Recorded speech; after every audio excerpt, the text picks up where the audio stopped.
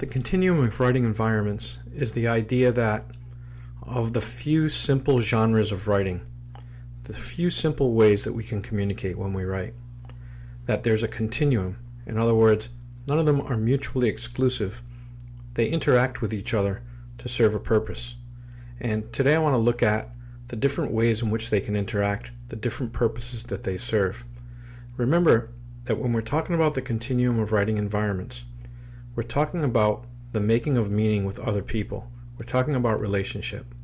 So we're going to look at it from that context. And basically, we can break the continuum down into 4 types of writing, or 4 types of communication. The first one is persuasive writing. And when we're being persuasive, you know that we are trying to convince someone to act or think differently than the way that they act or think presently. So our goal is to move them toward an idea or toward a behavior. But when we're being expository, we're exposing information. In other words, we're informing someone of something or we're explaining something, like I'm doing now. When we're being expressive, we're sharing some part of ourself. We're being a little more intimate, we're being a little more personal. And then finally, when we're being literary, we are actually creating something with the language itself. So we're like using the language as art. Now there are 2 more, but these 2 are hybrids of 2 of the other 4, and I'll explain what I mean. The first one is the argument. When we're being argumentative, we're combining the idea of being persuasive with the idea of being expository. In other words, we're trying to convince someone of something by using information.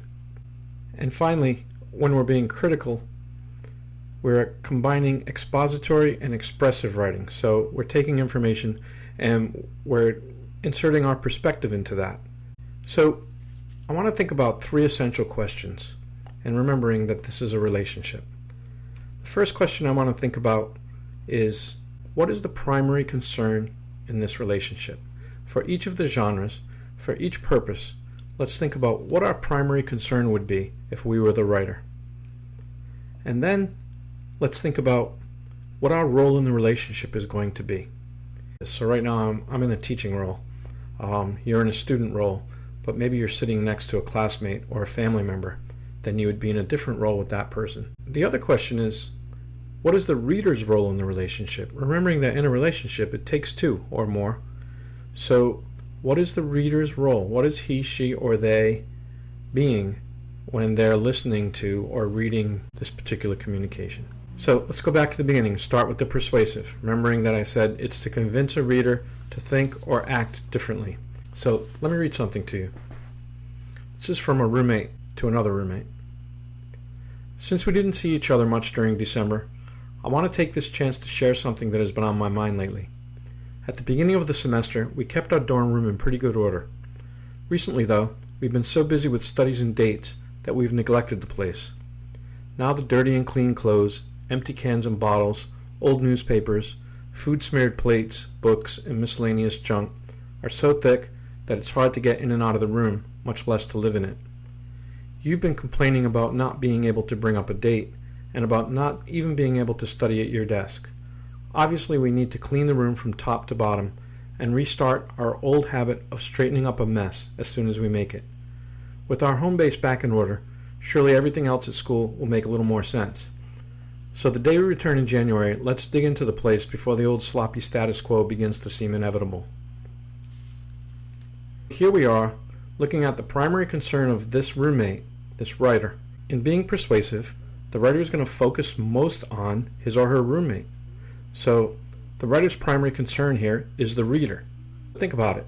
I want to make sure that I convince my roommate to do something.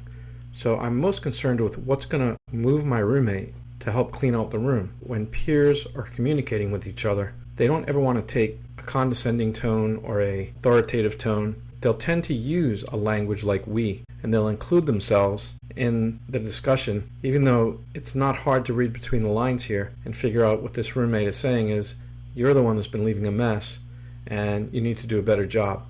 But rather than being accusatory, the roommate includes him or herself in the discussion so that it's less threatening. The writer's role in this relationship is to be an advocate. In other words, He or she is advocating for an idea. There's a belief here that something needs to change, something needs to happen, and the writer is the representative of change for that idea. The reader's role in this relationship is to be a skeptic. In other words, I only need to convince someone who needs to be convinced. So if they already agree with me and they're coming willingly to the conversation, there's no point in convincing them. The relationship doesn't serve a purpose. I'm only going to convince someone who is not already on board, and that's a skeptic. The next type of relationship I said was the expository relationship, the idea of informing or explaining. And in the expository relationship, if we're informing or explaining, what is our primary concern going to be as a writer? It's going to be the subject, the topic, the information.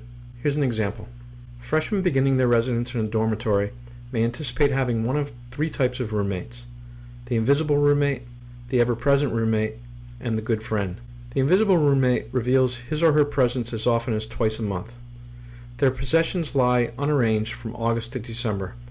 During rare appearances, they always seem to be on their way somewhere else. The ever-present roommate, on the other hand, is only out of the room when they might be of help. They give no opportunity for solitude. Even when they're not talking, they make their presence known with barely audible shuffling, tapping, or sighing. The most desirable type of roommate is the good friend. They know when their roommate needs solitude and is able to let their roommate know when they themselves need to be alone. They listen well, give help when they're needed, and welcome help when they need it. The new freshmen will find that the best way to get a good friend as a roommate is to be a good friend themselves. What's the writer's role in this relationship? It's to teach. It's to inform. It's to give information that wasn't there before. So the reader's role, naturally, in this relationship would be to be the student, the learner. Third type I mentioned is the expressive. And the expressive is the type of writing that we do when we include ourselves in our writing. My primary concern when I'm being expressive is going to be with myself. I really want to make sure that I am thinking about where I am in this conversation, where I belong, where my input is valid, what my input should be. My role in this relationship is to be a confider. I'm confiding, I'm sharing, I'm trusting. There's always an element of trust, even if it's as simple as giving someone my phone number. That's still a certain level of expression there because I'm sharing something about myself. But usually it's more to the idea of writing to an audience about some part of myself, of my life, or of my perspective, of my ideas around information. So here's an example. Unlike most residents of Aldrich Hall, I have an attractive view from my room's window. It opens on the thick, deep woods behind the tennis courts. If I stand just a few inches away from the window, I can see the trees from an entire dusk. I'm not interested in spending any time actually in the woods, although I have explored them. I just like being removed from them while I look and think my way into them. Maybe what I'm really doing is looking deep into a quiet, cool place inside myself. So my reader's role is to be my confidant, to be the person that I'm trusting with this information, that I feel is benefiting from my sharing of this information. And the last one, the literary, like I said, is the idea that I am doing something with language to create something. It could be the way I use the words, it could be the way I show the words, it could be how multimodal I am, it could be anything that kind of moves my message forward by creating something with the language that I'm using, with the words that I'm using. Remember I said that Marshall McLuhan said the medium is the message? Well, here's a great example, more so than any form of writing. When I'm being literary, I'm really truly making the medium part of my message. Here's an example of literary writing. Crusty eyelids stifle a yawn. Feet steep in fuzzy slippers. A mouth sags open at the television. I wave a dim bye on my fast way to the light. As a literary writer, my primary concern is going to be with my text, how I use my words, how I use my letters even. My role in the relationship is going to be an artist. And my reader's role in this relationship is going to be an imaginative participant, a person that can kind of get into what I'm trying to express and find a way to understand it by being creative, by being imaginative. So now we can look at this matrix. and we can see all of the parts of the continuum in one picture. It's very hard to write in any one of these columns. Maybe the only exception to that out of all of them is the expository, in that sometimes when I'm being expository, I really want to make it a point to make sure I stay so focused on the information that I keep any other attitude or intention or approach to writing out of it. But most of the time, I'm mixing, I'm combining. So even in that first example, when you heard the roommate being persuasive with the other roommate to have the room cleaned, the writer was still including themselves, which made it somewhat expressive.